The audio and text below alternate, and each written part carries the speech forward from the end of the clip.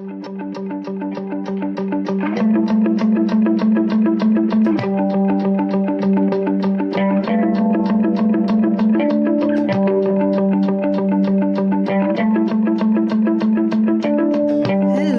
and a very warm welcome to Mothermouth. This is the first episode in something that I want to call Mothermouth Musings, and it will be short, interspersed little snippets of thoughts and ruminations in between our engagements with guests and interviews that I want to do.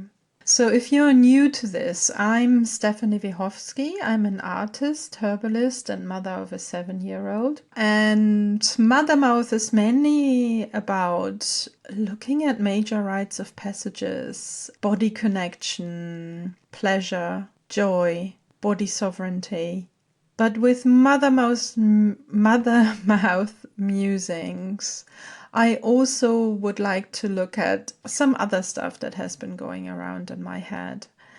And one of the things I've recently really noticed is like sort of engaging a lot more with the alternative health field out there.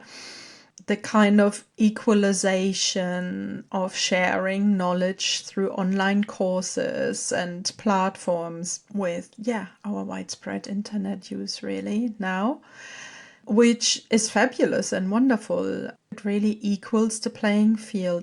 But I've also been struck by something, and that is this huge increase in people offering or trying to make a living, I guess, being mentors to people. And quite often what I see is this thing about work with me one-to-one, I'm a coach. And the more I look at this, the more I'm starting to feel quite uncomfortable with the language that I see. And especially also as a herbalist who is in the field of, you have clients, or, in former times it was called patients, then it was clients. I've been thinking about how to frame that myself, and what do I see as my role in this, in the engagement with people who might be going through dis-ease, have a lot of health problems, and who are seeking help. What is my role? But essentially, what I'm finding really, really uncomfortable in this process are words like coach or guide. Because I feel that coach and guide, they are still insinuating a discrepancy in power dynamic.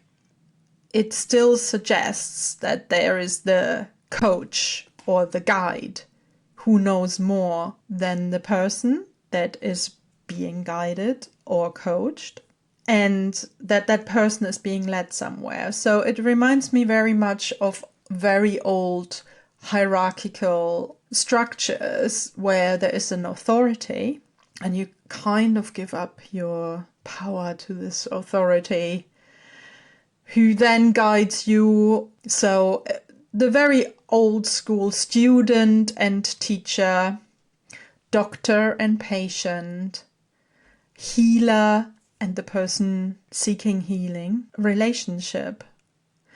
And really what I feel I'm doing with my practice is something like accompany somebody. So I'm wondering why these words are still used.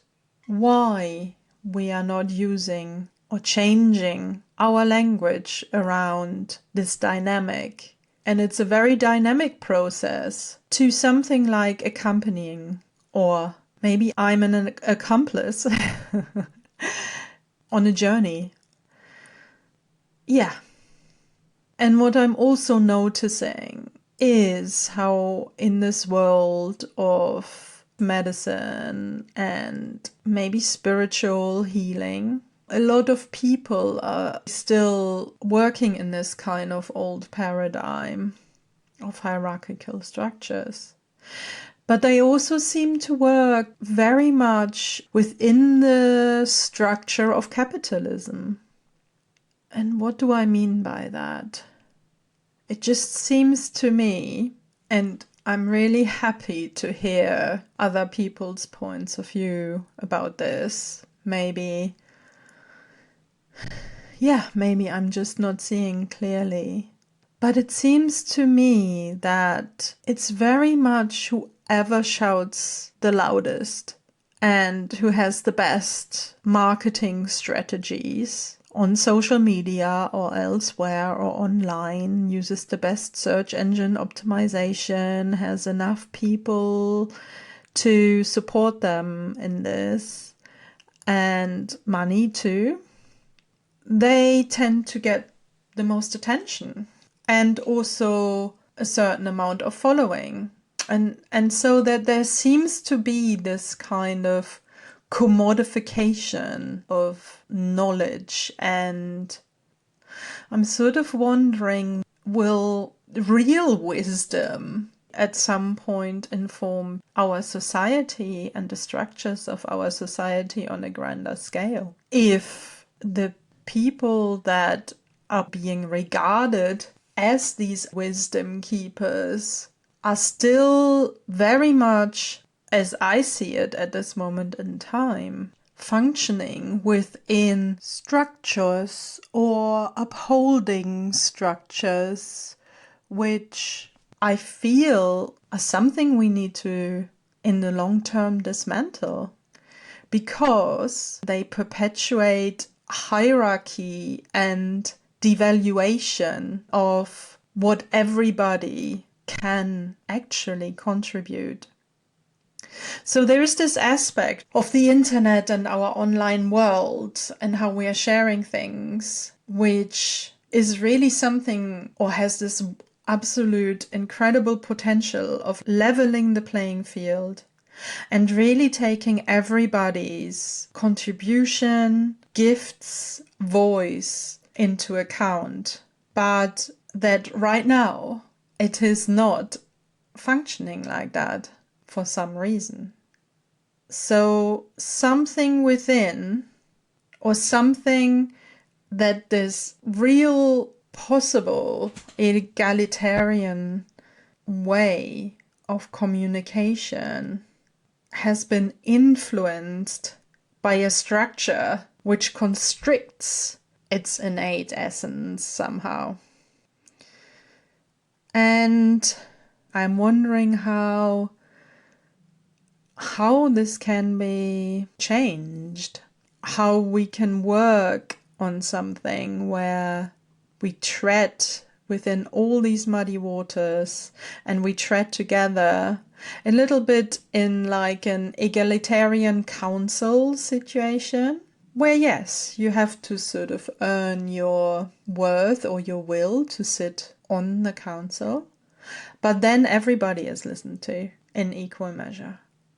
So these are the two musings, in a way, or the two strands of thought that have been roaming around in my thought cauldron for the last couple of weeks, as I have engaged in looking at quite a few offerings that are out there, and also engaged in or looked at how people are proposing to do things differently.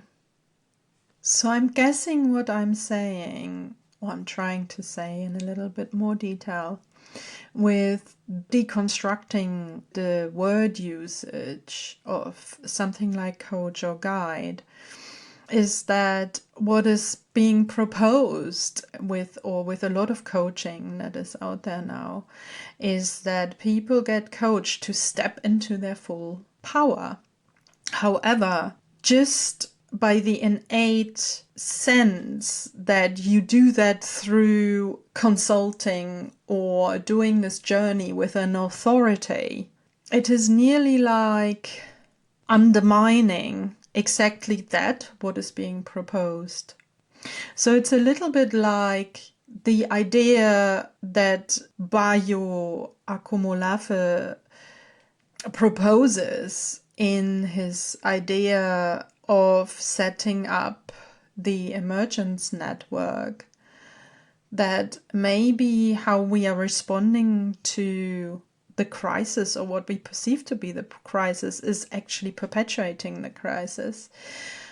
So, yeah, I'm finding the approach of the emergence network really interesting, and I think an incredible progressive way forward to actually dismantle these old structures and build really, really new relationships.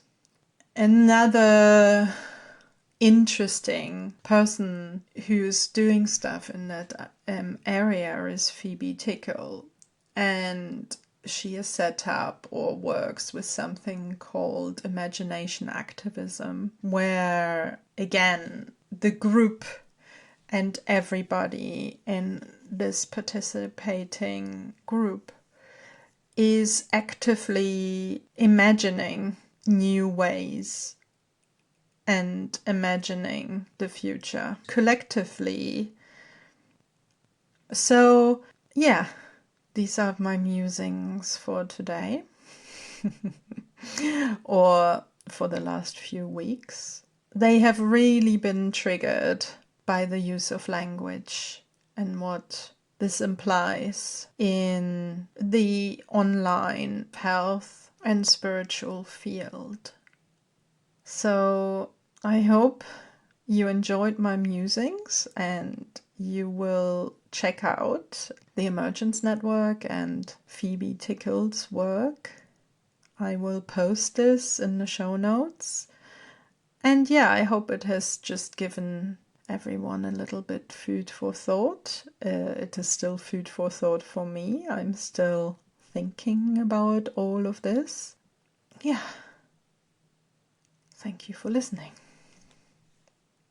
If you would like to comment or step into conversation with me about this, then contact me. You can contact me on steph@mothermouth.co.uk. I'm really interested in this subject, and I'm always interested in systems and structure as well as, our journey here on Earth with all these transitions that we are finding ourselves in. That is the rhythmic transitions, but also major societal and climate transitions that we are finding ourselves in specifically now. And a crisis is also always a transition, often a transformative transition, or it can initiate a transformative transition. So, please be in touch. And if you enjoy this series, either the interviews that we are doing on conversations we are stepping in, or these little musings that I will hopefully put out from time to time as well, then please support us in this. There is really just me at this stage, but I'm hoping that it will be an us at some point. And you can support this project just by, engagement, but also if you can leave a review with any of the podcast platforms that you are using to listen to the musings and the conversation, that would really help to bring it to a wider audience. And I also have a little buy me a coffee button on my website, which would also support at the moment just stuff like website and podcast hosting, because it costs a certain amount per year. And yeah, the time I'm putting in to this project too. Thank you so much. Bye-bye.